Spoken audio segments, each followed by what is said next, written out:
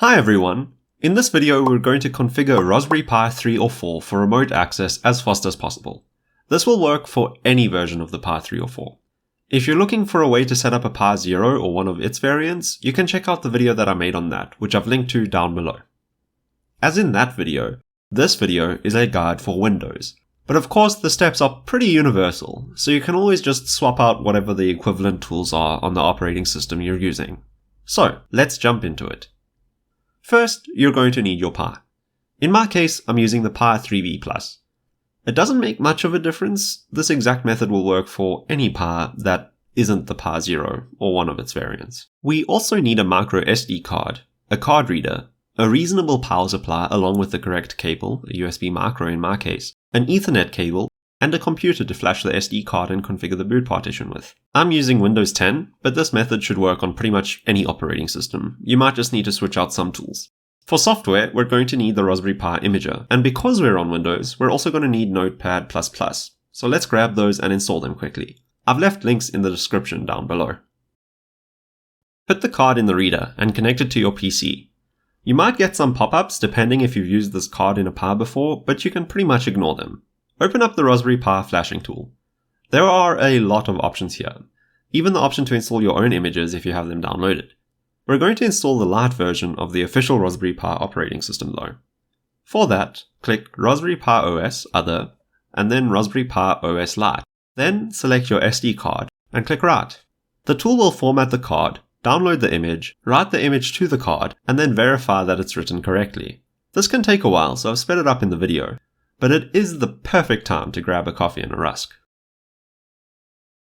Now that that's done, before configuring the boot partition, we need to know the subnet of our network in order to correctly assign a static IP address. I recommend setting a static IP address as it makes remote access a lot simpler, but it isn't a requirement if you can access your router and see IP addresses that are assigned to devices. If you want to just use DHCP and not assign a static IP, or if you want to connect your Pi directly to your computer, you can skip this step. All we need to do is open up command prompt and type ipconfig. You'll see here that we get an IP address for the computer.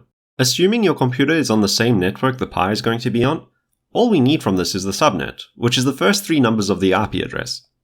So make a quick note of it because we'll need it later. Before continuing on, unplug and replug the SD card reader into your system to ensure that we mount the partitions correctly. You'll get a few pop-ups like this, just hit cancel on all of them.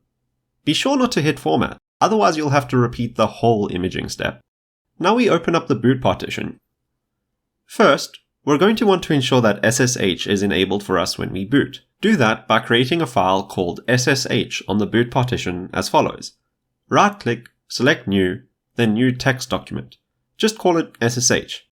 The Raspberry Pi doc said it can be called SSH or SSH.txt, so you don't need to worry about file extensions. If you're not wanting to assign a static IP, you can skip right to the next step. If you want to assign a static IP address, whether to connect to the network or directly to your computer over Ethernet, open up cmdline.txt with Notepad++. As an aside, the reason that Notepad++ is so important is that Windows has different line endings from Linux. So we need to use Notepad++ to ensure that we keep the correct line endings. Using the default text editor on Windows will not do that. You'll see this file is one line. We need to ensure that we leave it this way, otherwise it won't parse correctly. At the end of the line, add IP equals and then the subnet we found earlier. The last value can be whatever isn't currently assigned on your network, but that can be tricky to know, so I suggest either assigning it as low as it can be, .2, or as high as it can be, .244. Save that and close. Now for the fun part, seeing if it all works. Remove the SD card from your PC and plug it into the Pi. Plug in your Ethernet cable and power adapter. The first boot takes a while, up to about 90 seconds. If you didn't set a static IP address, now is the time to find the IP address of your Pi. I'll leave that up to you. If you are connecting your PC directly over Ethernet, make sure you've changed your computer's IP and subnet accordingly. We can see if the Pi is ready by running the ping command. Open up a command prompt and type ping, followed by the IP address of the Pi.